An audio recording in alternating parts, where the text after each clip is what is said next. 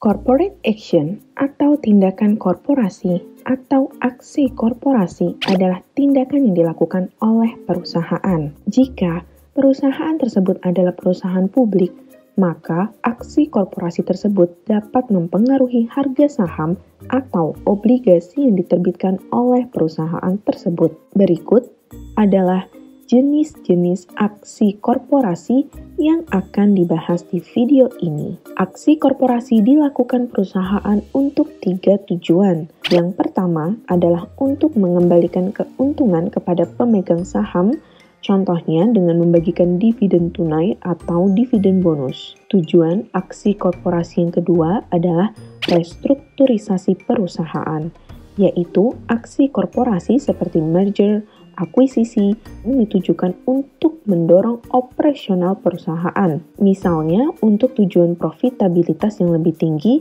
penguasaan pangsa pasar yang lebih besar, dan lainnya. Tujuan aksi korporasi yang ketiga adalah untuk mempengaruhi harga saham, contohnya dengan melakukan stock split, buyback, dan lainnya, sehingga likuiditas saham menjadi lebih baik, dan harga saham juga mencerminkan kinerja keuangan perusahaan. Aksi korporasi yang pertama adalah stock split. Stock split adalah aksi korporasi yang memecah harga saham dalam rasio tertentu. Sebagai contoh, stock split dengan rasio 1:5 artinya harga saham dibagi menjadi 5.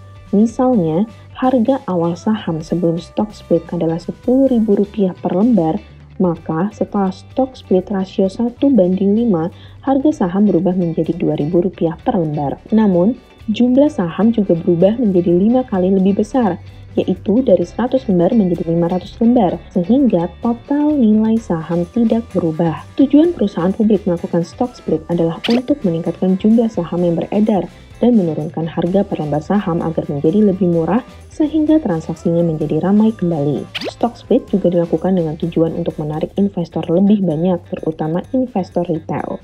Biasanya, emiten yang melakukan stock split adalah perusahaan yang memiliki fundamental bagus, tetapi harga sahamnya sudah mencapai titik tertinggi.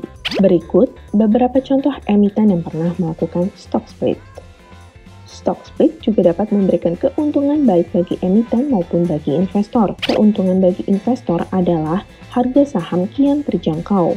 Sedangkan keuntungan bagi emiten adalah menjadikan suatu saham menjadi lebih liquid atau lebih aktif dan frekuensi transaksi yang dilakukan oleh para pelaku pasar menjadi meningkat. Sebagian pelaku pasar menyukai saham yang liquid karena lebih mudah untuk menjual atau membeli saham tersebut. Aksi korporasi berikutnya adalah reverse stock yang merupakan kebalikan dari stock split. Reverse stock adalah pemampatan jumlah lembar saham menjadi jumlah lembar yang lebih sedikit dengan menggunakan nilai nominal yang lebih tinggi per lembar sahamnya secara proporsional. Misalkan, sebuah perusahaan melakukan reverse stock 5:1, maka aksi reverse stock tersebut mengakibatkan harga saham naik 5 kali lipat, jumlah saham beredar menciut 5 kali lipat, sedangkan total nilai saham adalah tetap. Jadi, jika sebelum reverse stock kita memiliki 100 lembar saham yang berharga Rp10.000 per lembar saham, maka setelah reverse stock kita memiliki 20 lembar saham yang berharga Rp50.000 per lembar saham. Total nilai portofolio saham yang kita miliki baik sebelum maupun setelah reverse stock adalah tetap, yaitu Rp10.000 dikali 100 sama dengan Rp1.000.000 atau Rp50.000 dikali 20 sama dengan Rp1.000.000. Sederhananya, reverse stock ini konsepnya mirip dengan menukar uang pecahan kecil ke uang pecahan besar. Jadi, untuk reverse stock 5:1, konsepnya mirip dengan menukar 5 lembar uang pecahan Rp1.000 dengan 1 lembar pecahan Rp5.000. Berikut beberapa tujuan mengapa perusahaan memutuskan untuk mengurangi jumlah saham beredar di pasar dengan melakukan reverse stock. Yang pertama, untuk menghindari harga di bawah minimum yang disyaratkan bursa. Yang kedua, supaya saham tetap dilirik investor besar. Yang ketiga, perusahaan ingin go private. Dan yang terakhir, perusahaan hendak melakukan spin-off. Berikut beberapa contoh emiten yang pernah melakukan reverse stock. Aksi korporasi berikutnya adalah HMTD atau right issue, yang merupakan singkatan dari hak memesan efek terlebih dahulu. HMTD atau right issue adalah penerbitan saham baru, di mana saham tersebut diprioritaskan untuk pemegang saham atau investor lama. Sederhananya, arti right issue adalah hak yang diberikan kepada investor lama untuk membeli saham baru yang diterbitkan sebelum saham baru tersebut ditawarkan ke investor lain. Pembelian right issue adalah berdasarkan rasio, misalnya rasio 1:2. Artinya, setiap pemegang satu lembar saham diberikan hak terlebih dahulu untuk membeli 2 lembar saham. Sebagai ilustrasi, seorang investor bernama Budi memiliki 10.000 lembar saham pada PT ABC. Perusahaan kemudian melakukan right issue dengan rasio 1:2. Artinya, Budi diberikan hak untuk membeli saham sebanyak 2 kali dari jumlah sahamnya saat ini, yaitu 20.000 lembar saham. Harga saham baru yang diterbitkan melalui proses right issue saham disebut sebagai harga RAIC. Harga RAIC ini bisa lebih rendah, sama, ataupun lebih tinggi dibandingkan dengan harga pasar saham saat ini.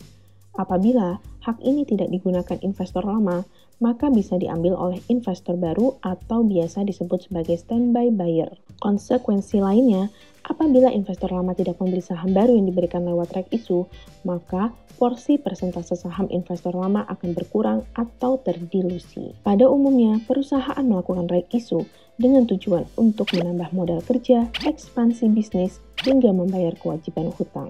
Keuntungan right issue adalah investor lama seringkali bisa mendapatkan penambahan saham baru dengan harga yang lebih murah. Sedangkan keuntungan right issue bagi emiten atau perusahaan publik yaitu right issue merupakan alternatif yang dapat dilakukan perusahaan publik untuk mendapatkan dana segar atau modal tambahan ketimbang harus melakukan pinjaman ke bank dan membayar bunga pinjamannya setiap bulan. Aksi korporasi berikutnya adalah tanpa HMTD atau penambahan modal tanpa hak memesan efek terlebih dahulu, yang juga sering disebut sebagai private placement.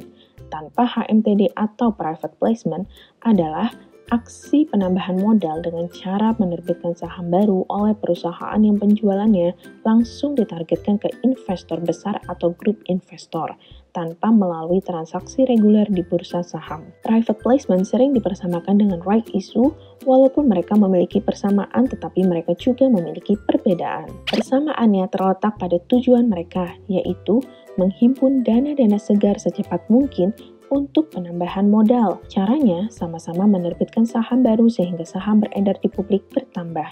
Misal, awalnya 1 miliar saham menjadi 2 miliar saham. Namun, perbedaannya adalah jenis investor yang dibidik.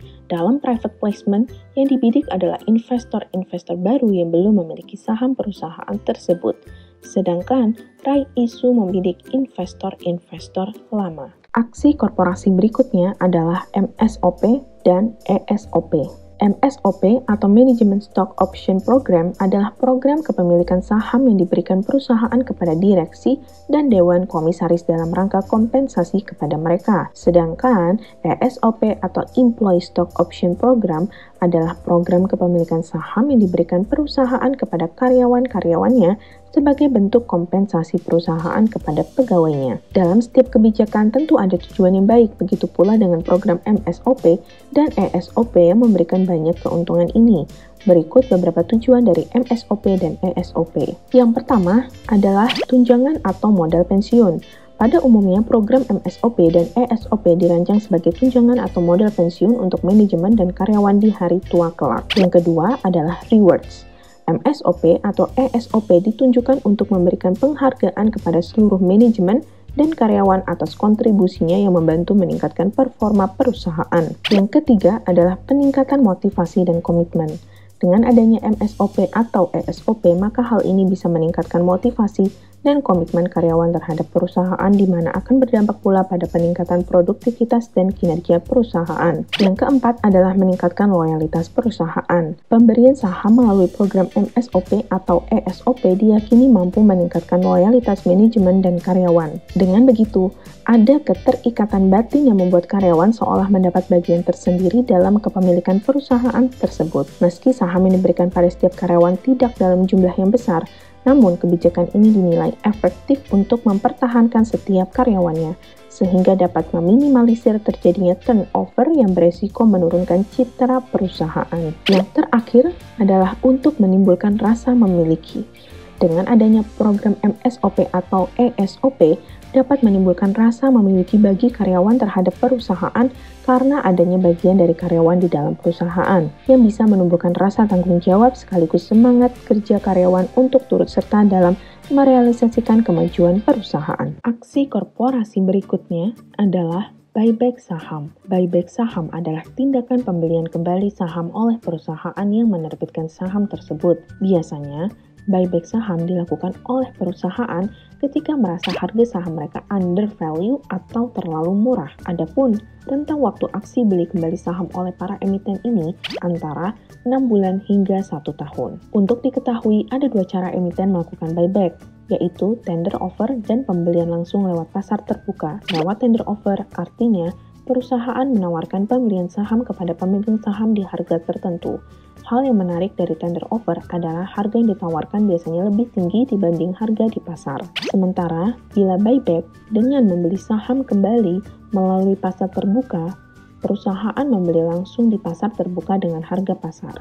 Pembelian ini dilakukan selama periode tertentu, maksimal 20% dari modal disetor. Setelah periode buyback, perusahaan bisa menjual kembali saham hasil buyback.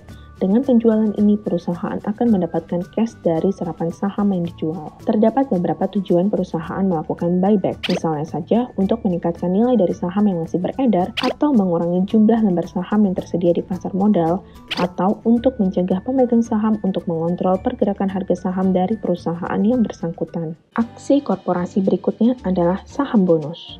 Saham bonus adalah saham yang dibagikan secara cuma-cuma kepada pemegang saham berdasarkan jumlah saham yang dimiliki. Saham bonus bisa berupa dividen saham dan non-dividen saham. Pembagian saham bonus memiliki beberapa dampak bagi investor. Yang pertama adalah menambah jumlah saham yang beredar, berikutnya adalah merubah jumlah lembar saham yang dimiliki, namun kepemilikan oleh tiap-tiap pemegang saham dari segi persentase tidak berubah. Nilai ekuitas juga tidak berubah sehingga kapitalisasi pasar juga tidak berubah. Namun, karena jumlah saham yang beredar bertambah, maka harga saham akan terdilusi.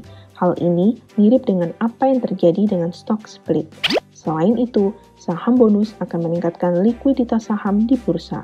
Berikut beberapa contoh emiten yang pernah melakukan saham bonus. Aksi korporasi berikutnya adalah konversi saham. Konversi saham adalah upaya untuk mengubah satu jenis saham ke dalam jenis saham lainnya. Biasanya, jenis saham yang dapat dirubah tersebut adalah preferred stock atau saham preferen, yang memang khusus diberi keistimewaan untuk konversi tersebut. Berikut beberapa contoh perusahaan publik yang telah melakukan konversi saham. Aksi korporasi berikutnya adalah go public atau IPO. Initial Public Offering atau IPO adalah penawaran perdana saham secara umum kepada investor institusi dan retail. Berikut beberapa contoh perusahaan publik yang baru saja melakukan IPO pada bulan September dan Oktober 2021. Aksi korporasi berikutnya adalah lawan dari go public yaitu go private. Alih-alih menawarkan saham ke publik, aksi ini justru membuat perusahaan membeli kembali saham yang telah beredar lewat penawaran terbuka. Kemudian, mereka juga mengajukan permohonan kepada Bursa Efek untuk menghapus pencatatan saham perusahaan tersebut. Istilah lain aksi ini adalah voluntary delisting. Salah satu contoh perusahaan yang pernah melakukan go private adalah perusahaan Aqua. Aksi perusahaan berikutnya adalah partial delisting yang merujuk pada upaya menghapus sebagian saham tetapi tidak serta-merta menghapus semua saham yang sudah tercatat di bursa. Aksi korporasi berikutnya adalah gabung usaha atau merger. Gabung usaha adalah aksi menggabungkan dua perusahaan menjadi sebuah perusahaan baru.